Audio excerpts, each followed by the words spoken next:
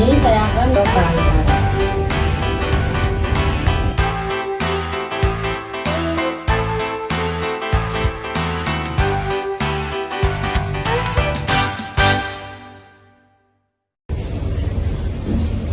Baik, di sini saya akan membawakan materi saya tentang filsuf Immanuel Kant.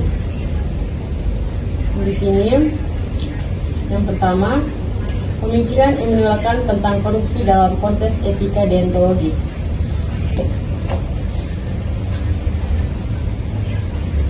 Pemikiran Immanuel Kant dalam etika deontologis yang menekankan kewajiban moral mutlak dapat diterapkan untuk mengkritik korupsi sebagai pelanggaran terhadap hukum moral universal. Kant berargumen bahwa tindakan moral harus didasarkan pada kehendak baik atau goodwill, yang berarti bertindak semata-mata karena kewajiban, bukan karena kepentingan pribadi atau konsekuensi. Konsep inti ini terdapat dalam karyanya Groundwork of the Metaphysics of Morals, di mana ia memperkenalkan imperatif kategori sebagai prinsip etika yang tak bersyarat. Yang berikutnya, poin yang berikutnya itu imperatif kategoris dan aplikasinya pada korupsi. Yang pertama itu formulasi universalitas,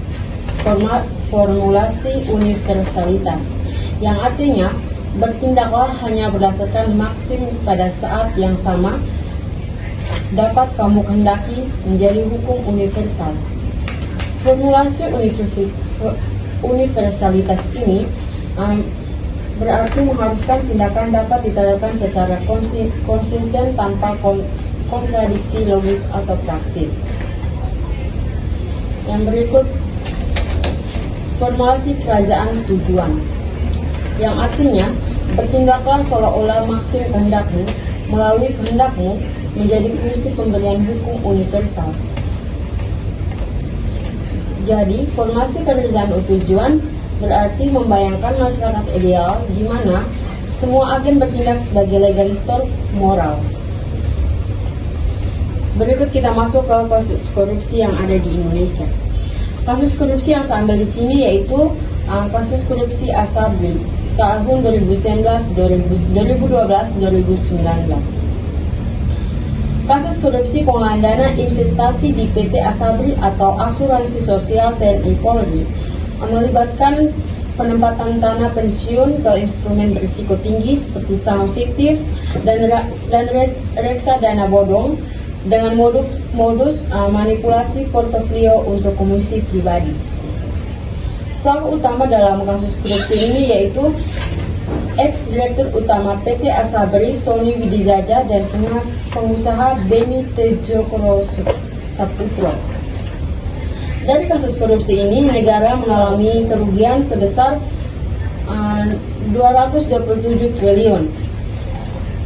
Dan kasus korupsi ini juga memberikan hukuman, dari kasus korupsi ini juga pelaku mendapatkan hukuman vonis seumur hidup bagi Sony Widijaja dan Beni Tejokro Saputro yang divonis 15 tahun penjara.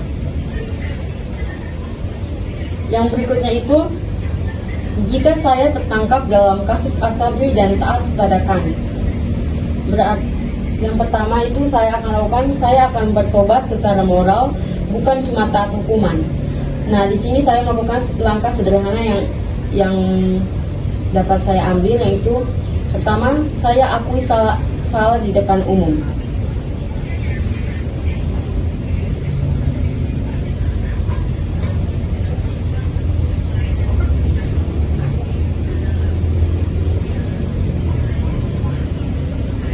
Yang pertama itu saya mengakui kesalahan saya di depan umum.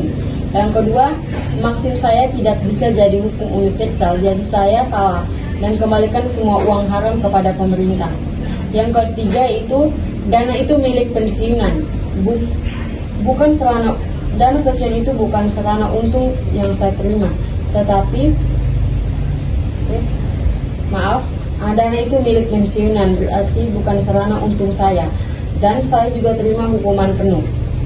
Yang berikutnya itu, hukuman bukan tujuan, tapi saya harus patuh karena kewajiban moral.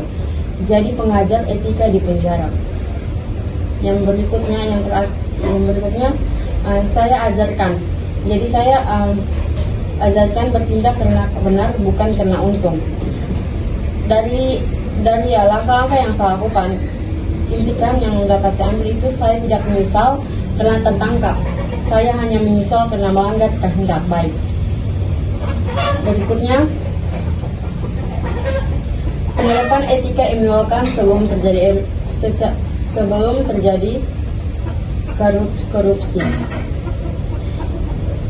Yang pertama itu, saya berpikir sebelum bertindak atau menolak maksim egois. Kalau semua orang melakukan hal ini, apakah dunia tetap adil? Jika jawabannya tidak, maka kamu tidak melakukannya. Contohnya, menolak niat mengambil keuntungan pribadi dari jabatan. Tindakan yang dapat saya lakukan yaitu menolak tawaran komisi dari pihak swasta. Dan yang kedua, melaporkan setiap upaya suap atau manipulasi portofolio kepada Dewan Komisaris atau KPK. Yang kedua, menghormati orang lain sebagai tujuan bukan alat. Di sini saya tidak boleh memanfaatkan orang lain demi kepentingan pribadi saya. Contohnya saya memakai dana, wewenang atau kepercayaan publik untuk kepentingan diri saya sendiri. Yang berikut, saya menjadi contoh moral bagi orang lain. Di sini saya akan bertindak seolah-olah perbuatan saya itu jadi aturan umum bagi semua orang. Contohnya itu saya jujur dalam laporan, adil dalam keputusan, dan terbuka pada pengawasan. Yang keempat itu bertindak karena kewajiban moral, bukan karena takut akan hukum. Di sini saya akan berbuat baik karena itu hal yang benar, bukan karena takut ketahuan. Contoh yang dapat saya ambil itu, saya menolak gratifikasi walau tidak ada yang tahu, karena itu bertentangan dengan hati nurani. Baik, kita masuk yang terakhir, yaitu kesimpulan.